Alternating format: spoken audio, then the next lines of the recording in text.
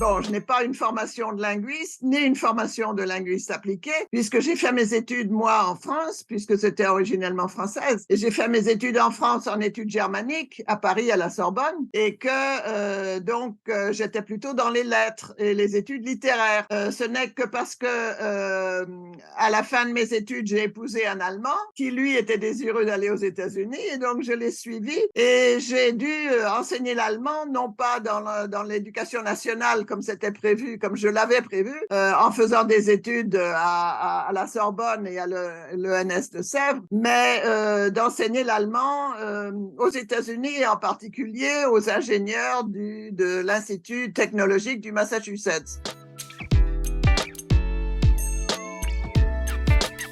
C'est justement à cette époque-là, en 1978, que l'Association américaine de linguistique appliquée a été fondée par Wilger Rivers, qui était professeur de français à Harvard et qui m'a pris sous son aile, si tu veux, et qui m'a fait découvrir des tas de choses dans ce domaine de ce qui s'appellerait en France maintenant la didactique des langues. En fait, les réponses que je cherchais aux problèmes que j'avais dans ma classe m'ont été données d'abord parce que c'était l'allemand que j'enseignais, m'ont été donnés d'abord par l'Institut Goethe et tous les gens dont j'ai fait la connaissance par l'Institut Goethe à Paris, mais aussi les instituts Goethe à Hambourg, à Vienne, à Munich, en Allemagne. Et c'est eux qui m'ont initié à l'approche communicative qu'on appelait l'approche communicative aux langues et qui me sortait de ma formation plutôt philologique que j'avais eue à la Sorbonne. Parce que c'est évidemment avec la traduction et les versions et les thèmes que j'avais appris l'allemand à Paris dans ma formation initiale. J'ai découvert tout l'aspect interactif, l'aspect oral des langues en Allemagne en enseignant l'allemand. Mais aussi, évidemment, à cette époque-là, alors le début des années 80, j'ai fait la connaissance de Philip Riley au Crapel à Nancy. Et c'est lui qui m'a fait connaître toute la recherche qui se faisait à l'époque avec Henri Olek, avec Marie-Josée Grémaud, Richard Dudas à Nancy sur l'autonomie et l'authenticité dans l'apprentissage des langues. Et ça m'a beaucoup apporté, évidemment. Et j'ai découvert alors en même temps ce qui se faisait dans d'autres disciplines, telles qu'en sociologie avec Bourdieu, en philosophie avec Foucault, tout ce qui se faisait en France, mais je l'ai lu en français, mais aux États-Unis. À l'époque où moi, je cherchais des réponses à mes questions pédagogiques. Et donc, ça m'a énormément enrichi. Et c'est pour ça que quand j'ai commencé à publier, j'ai publié en français, en allemand et en anglais, précisément sur les conditions de l'apprentissage des langues au point de vue social, au point de vue émotionnel, au point de vue psychologique. Et c'est pour ça que je pourrais dire que si je ne suis pas une linguiste appliquée, j'ai travaillé depuis 40 ans dans le domaine de linguistique appliquée. Voilà.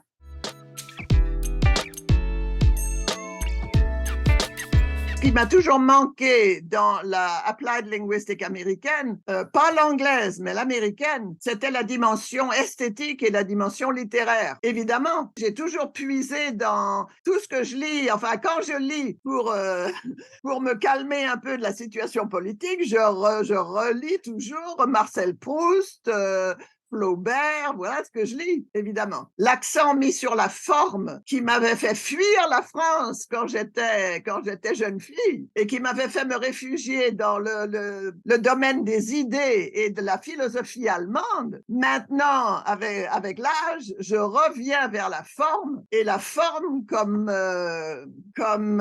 expression de sens qu'on a totalement oublié ici où on en est pour l'identité et toutes les causes identitaires, mais où on oublie que tout ça c'est fait avec des mots. Mallarmé disait à Degas, mais c'est avec des mots qu'on fait des poèmes, c'est pas avec des idées.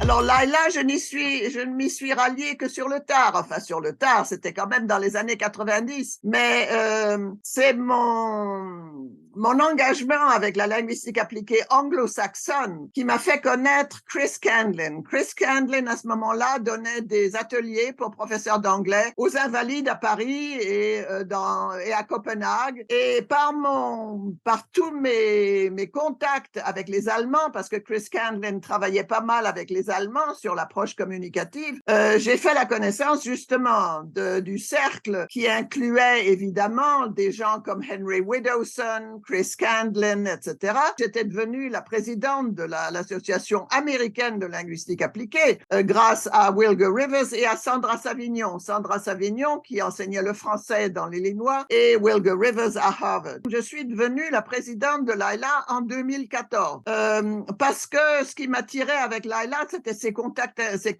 internationaux et de travailler avec des gens de différents pays. Évidemment, c'était très, très attrayant. C'était surtout ce qui était le plus attrayant, c'était ces réseaux de recherche, les research networks, par lesquels l'AILA arrive à faire de la recherche internationale sur justement l'apprentissage des langues. Évidemment, AILA est très axée sur l'anglais parce que ça vient quand même, l'initiative vient du monde anglo-saxon, mais j'ai toujours travaillé particulièrement comme présidente de l'AILA à faire entrer la France dans l'AILA. Et ça a été assez dur parce que les Français s'imaginaient que l'AILA était trop axée sur l'anglais, trop axée sur l'Amérique, mais je voyais bien qu'il y avait des ressources en France quand même, puis c'était mon pays quand même, mon pays natal, donc j'avais investi quand même pas mal d'intérêt personnel là-dedans, et j'ai été ravie quand, grâce à Jean-Paul Narcicombe, en fait c'est par mon contact avec Jean-Paul et l'enseignement de l'anglais en France que j'ai eu accès à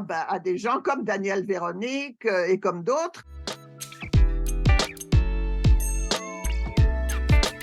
J'avais été invitée à faire une intervention à l'INALCO, organisée par l'INALCO à Paris. C'était en français. Et après mon intervention, il y a un vieux monsieur qui s'est approché de moi et gentiment, il était très gentil, il m'a dit « Madame Kramsch, vous êtes quoi, vous ? Vous êtes française, vous êtes américaine ou vous êtes allemande ?» Et j'ai souri et j'ai dit, je suis d'origine française. Et il me dit, c'est bien ce que j'avais compris à vous entendre. Mais alors, dites-moi, Madame Kramsch, il y avait des mots anglais dans votre discours et vous les avez prononcés à l'américaine.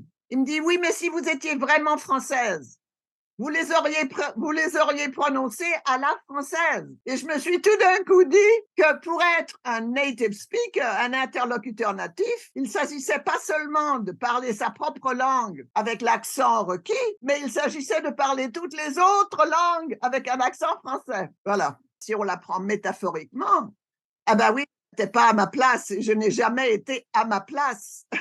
J'ai toujours été dans un tiers-lieu et c'est pour ça que je me suis toujours intéressée à, par exemple, Michel Serres avec le tiers instruit et toutes ces troisièmes places, ces troisièmes cultures. On est toujours en porte-à-faux, mais c'est extrêmement enrichissant d'être en porte-à-faux.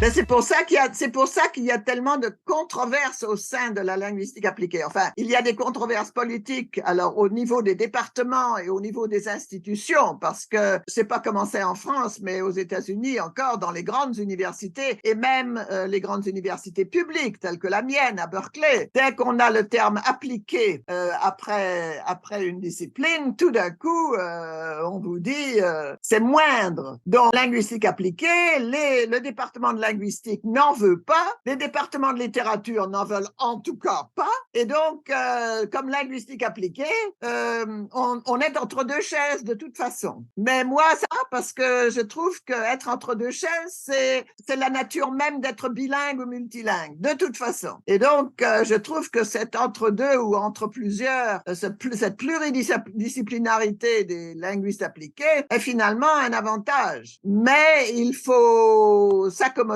avec le fait qu'on ne sera pas bien vu dans son propre département et sa propre institution, ça c'est certain.